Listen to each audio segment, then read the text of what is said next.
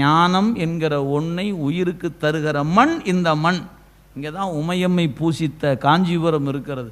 இங்கே தான் குருநாதனுக்கெல்லாம் குருநாதனாக இருக்கிற நந்தியம்பெருமான் அவதரித்ததும் பூசித்ததும் ஆகிய திருவையாறு இருக்கிறது. இந்த மண்ணில் தான் தானே தோன்றி முளைத்த சிவலிங்கம் என்று தோன்றியது என்று தெரியாத திசையெட்டும் தெரிப்பதற்கு முன்னோ பின்னோ திருவாரூர் கோயிலா கொண்டனாலே என்ற ஆரூர் பெருமான் புற்ற இடமாக கொண்டு தோன்றிய காலம் கால ஆராய்ச்சிக்கு அப்பாற்பட்டு கிடக்கிற ஒரு சிவலிங்கம் இந்த மண்ணில் தானே இருக்கிறது.